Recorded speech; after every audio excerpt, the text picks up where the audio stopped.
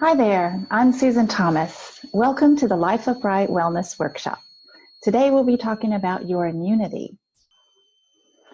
Is your immunity ready to protect you? Our agenda for the day: your body is designed to protect you. 2 types of inflammation. Intro to anti-inflammation nutrition and wellness. Your immunity. Gut bacteria. Measuring your cell protection. Things that negatively affect your immunity, and things that improve your immunity. So let's get started. The design of the human body is truly amazing. Your body is designed to protect you.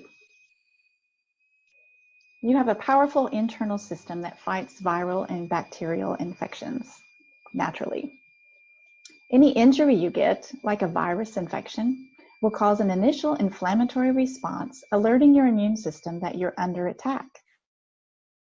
Your immune system is then activated to respond, usually by producing heat, perhaps a fever, redness, swelling, pain, and potentially loss of organ function. Or in the case of breaking a bone, your body immediately begins producing new cells to heal the damage. Or if your skin is cut, platelets in your blood will clot to stop the bleeding. White blood cells remove the dead, injured cells, and new healthy cells begin to repair the damaged tissue. Now there's 2 types of inflammation. There's the classic inflammation, like what I was just explaining, that you feel. You definitely know when you're experiencing classic inflammation. And then there's something called silent inflammation. And silent inflammation is below the threshold of pain. So you don't actually feel it's happening, but it's something that builds up over time. And in fact, it could build up a couple of years, a few years, or even 10 or 20 years before you start feeling any symptoms that make you go to the doctor to find out what's going on with your health. And potentially you might be diagnosed with something.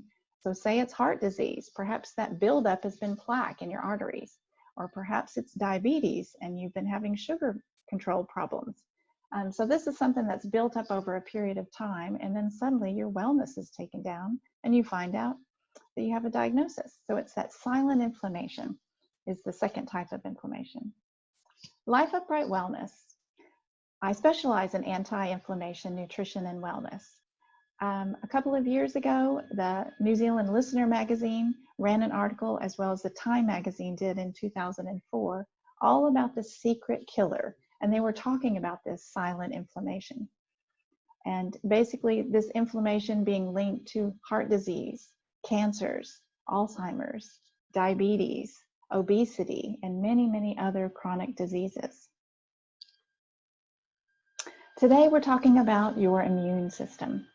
The majority of your immune system is located in your gut. Probably 70 to 80% of your immune system is there. And it has 300 to 500 different kinds of bacteria involved in this. The remaining part of your immune system is located in your brain and your spinal cord. The environment, diet, lifestyle, and genetics all play a vital role in your immune system. Now we have beneficial bacteria all around us for us to absorb. If you look around in nature especially, these are pictures of my grandchildren and my daughter and her husband. There's little Emmy climbing in a tree, so holding on to tree limbs, or Tommy running around in the grass barefoot, rolling in the leaves, or playing with worms that you dig from the soil, or pulling out rocks in the stream, or playing with animals. Maybe you've got pets. As well as the skin-to-skin contact. All of this is beneficial bacteria that we get from nature that actually helps boost our immune system. It helps add to that beneficial bacteria that we absorb and eventually gets into our gut. Now our immunity starts in the early years, prior to your birth. So genetics plays a big role because you get genetics from mom and dad. And while in the womb, obviously the mother's diet and her lifestyle plays a big role, and how well she's taking care of herself, how well she's eating, sleeping, exercising, feeling positive, and obviously getting really good restful sleep and rest time all makes a difference on the immunity of the child she's carrying. The birth delivery method also can make a big difference. A natural birth gives the opportunity for the baby to be basically coated in a beneficial bacteria in the birth canal, and that is something that greatly enhances a baby's immunity right from the very start. It's not obviously always possible, but when possible, it's definitely a good way to go. Then the human contact, like I was saying before, the skin to skin, you know, how much holding the baby's getting, cuddling and caressing and taking care of, and that skin to skin really makes a big difference. A bottle-fed baby versus a breastfed baby, whichever way that you can go. Breastfeeding is definitely a great way to go if you are able. It's not always possible, but breastfeeding allows the baby to get just the perfect food for them, provided that the mother's eating well and living a good lifestyle and diet. And diet, obviously, as the child grows, as a toddler, an adolescent, and then into adulthood, we'll learn more about how much the diet influences the immunity. Medication and antibiotics play a big role. The more medications you're on, the side effects that can affect your immunity. Antibiotics can also deplete our gut bacteria because antibiotics are designed to wipe out the bad bacteria that's caused the infection in the first place. But in effect, it also wipes out a lot of the good bacteria, which is where our immunity comes from. So it's important to be able to replenish that gut bacteria to keep the immunity going strong. The food you eat is not just for you. You actually are eating to support or not support your gut bacteria. We have like a whole ecosystem living within us that when we're eating, we're actually feeding that as well. So you need to eat a wide variety of whole foods to promote that bacterial diversity in your gut. Colorful foods build antioxidant levels. This is what's going to help provide you with some great immunity. Colorful foods, as in your deep greens, as in spinach and broccoli and green beans, and then deep purples with grapes and eggplant and bright red apples and bright orange carrots. All of these deeply colored fruits and vegetables have what's called polyphenols and carotenoids. And these basically are the chemicals in which it's natural chemicals in which gives the plants these colors, these deep, rich colors. And what we get by consuming them are the antioxidant levels that they bring. Basically the defense that the plant has to survive and thrive. We ingest that and then we get those benefits too. They basically are your first defense against free radicals, any toxins that come into you, whether you absorb them through your skin or you inhale them or you ingest them. These free radicals definitely can bring down and damage your healthy cells. So eating your fruits and vegetables, these deep, rich colors, brings your antioxidant levels up. And it's like having an internal army that's right there to protect you. However, when they fight and kill off that microbial invader, then they are destroyed in the process. So it's important to eat your vegetables and fruits in these deep, rich colors every day for ongoing protection. Now you can measure your wellness protection. I've had the opportunity a couple of times, once 10 years ago and then again a couple of years ago, with a biophotonic scanner. It's a skin scanner that was able to test my carotenoid level, which basically is my antioxidant level. The higher your skin carotenoid score, the more protected your skin is, or your cells are, from free radical damage. I ended up scoring 54,000 the second time I did it. The first time it was 49,000, which put me in a very well protected area. Most individuals score between the 10 and 17,000 mark, which means their cells are in a dangerous level for free radical damage. Sadly, most people eat and live in a way that makes the body work so much harder. Like in this picture with the people climbing up a mountain with a big heavy pack on their back. Often we're doing that just in our everyday life with what we're eating, how we're choosing to live life, and whether we're sleeping and getting the rest that we need. Now, these are some things that disturb the gut bacteria or the gut microbiome. things that negatively affect our gut. Smoking, processed foods and fatty red meats, eating those things too often. Frequent or overuse of antibiotics, as I was saying, that depletes the gut bacteria, the good bacteria as well. Excessive coffee or alcohol. Usually this means not only are some of the caffeine effects and some of the alcohol effects bad, but usually it means that your body is not getting the hydration that it needs, because these things dehydrate the body.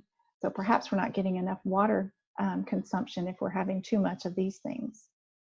There's pesticides, herbicides, really anything that ends in sides means to kill. Perhaps we're having some of these things with the foods that we're eating. We're not realizing that they're on our foods if we're not properly washing our foods, or perhaps buying organic foods. There's also household chemicals and toxic things in our cleaning products or our beauty products that we use and we're putting on our body every day. As well as food allergies. There's definitely things that people are allergic to that maybe they don't realize it, and they continue to eat them, and then they're causing all this inflammation going on in their gut. And a few things that disturb your brain negatively. A lack of exercise. Our brain needs us to exercise. It helps just get lots of good beneficial spinal fluid up and down the spinal cord that feeds our brain, that builds our vitality. So not getting the exercise we need, we're not able for our body to get what's called brain-derived neurotrophic factor. And that's something that really boosts our brain and helps us have really good brain function. Inadequate amount of glucose. Our brain works on glucose. It needs that to be fueled. Glucose comes from the carbohydrates that we eat. If you're not eating enough carbohydrates, or if you're eating way too many carbohydrates, that imbalance definitely can disturb the brain. A lack of oxygen. Clearly, if we don't get oxygen on an ongoing basis, we can have a stroke and we can die from it. So oxygen is very important that our brain is getting an ample amount. Drugs and alcohol certainly going to affect our brain, whether they are affecting it we're having it too much and it kills some of our brain cells. It definitely is going to affect our brain. A loss of neurotransmitters. This is signaling from one part of the brain to another part of the brain or another part of the body. And the brain works really well when those signals are picked up and communicated back and forth. But in the case of any kind of head trauma, or perhaps inflammation built up because of insulin resistance in the brain, that's something that can happen, and it cuts down on this brain signaling, and that can lead to memory loss and much, much worse in terms of dementias and Alzheimer's. An inadequate amount of quality sleep makes a big difference. When we sleep, it is our body's chance to take out the trash, basically, pull out all the stressors that we went through from the day before and prepare ourselves for the next day coming. So to turn over cells, to rejuvenate and get our body prepared. But that requires quality sleep and a good amount of sleep. So when we are sleeping, we get the good quality sleep, then our brain basically detoxes. It brings out all this buildup and it flushes through our lymphatic system. So getting that quality sleep is very important. And when we don't, it definitely disturbs what's going on with our brain. Comorbidities. We're hearing this word a lot more lately with the coronavirus. The pre-existing conditions. So that greatly is going to affect your immunity. It's going to make you weaken to begin with. So if you're dealing with heart disease, diabetes, obesity, autoimmunity, Alzheimer's, or cancer, your body is already under a threatening situation. So that puts you at a greater risk of having a weaker immune system. So you have to be really careful with that. Now, what are the things that we can do to strengthen our immune system? Your diet. These are all things that you have control over. Your diet. Eating at least 5 or more servings of deeply colored, colorful fruits and vegetables every day with lean protein, healthy fats, and plenty of natural yogurt on a regular basis. Any of the fermented foods are very good at boosting your immune system. And supplementation. If you're not one that eats all the vegetables that you need to eat and you're not getting that many, maybe supplementation, you might need a multivitamin to make sure you're getting an adequate amount of vitamins and minerals, or perhaps targeted supplementation. Often our body isn't absorbing what we need to be absorbing from our foods, so we might need to be taking an additional amount, whether it's magnesium or any of the B vitamins, D vitamin, vitamin D, often we're not getting enough of that. Zinc, omega-3 is another one that often we need to add more into our everyday consumption. Your body fat percentage. You can reach and maintain a healthy BMI, body mass index, or a healthy body fat percentage, and learn to control that insulin production, those blood sugar levels I was talking about earlier. Your lifestyle. You can control your lifestyle. Reduce your stress in your life and your exposure to free radicals. Free radicals being anything from smoke, excess drinking, pollution, excess sun exposure, toxic chemicals in our household products, in our makeup, in our beauty products that we're using. It's important to kind of know what you're putting into your body. Look at the list of ingredients. Are there things on there that you don't even know what they are? Perhaps they're toxic. So look for ways to replace those things with more natural products. Also getting regular exercise and good quality sleep. All of those things you're in control of. Now, last but not least, certainly not least, is self-care, and it's certainly not selfish. You need to protect your mental health. You have a psychological immune system as well. It's normally a natural response. Your brain's going to try to help you. However, it can be compromised. Those people that have lower self-esteem or that suffer from anxiety or depression or other mental disabilities definitely have a compromised immune system with their psychological mental health. But it's like a cell phone battery. We drain our mental health battery more quickly in a crisis because we're using it more often. So it requires more me time for self-care, rest, relaxation, anything you can do to really nourish your soul. Maybe it's taking walks in the park, getting out in nature, breathing fresh air, getting away from your devices, making sure that you are getting good quality time with your loved ones. Really anything you can do to raise your support level, especially during times of extra stress in your life. So some good tips to practice regularly. Practice good hygiene and cleanliness. Wash your hands. Just do what you know you need to be doing. If you're involved in something that's icky, yucky, and need to get your hands washed, make sure you get your hands washed. Keep your household nice and clean, your environment clean, your body clean. Eat a well-balanced diet and hydrate well. Get regular exercise, both physical and mental exercise. Quality sleep and good relaxation time. But really important is staying mindful of supporting your immune system. Support your immunity. Reduce your exposure to toxicity.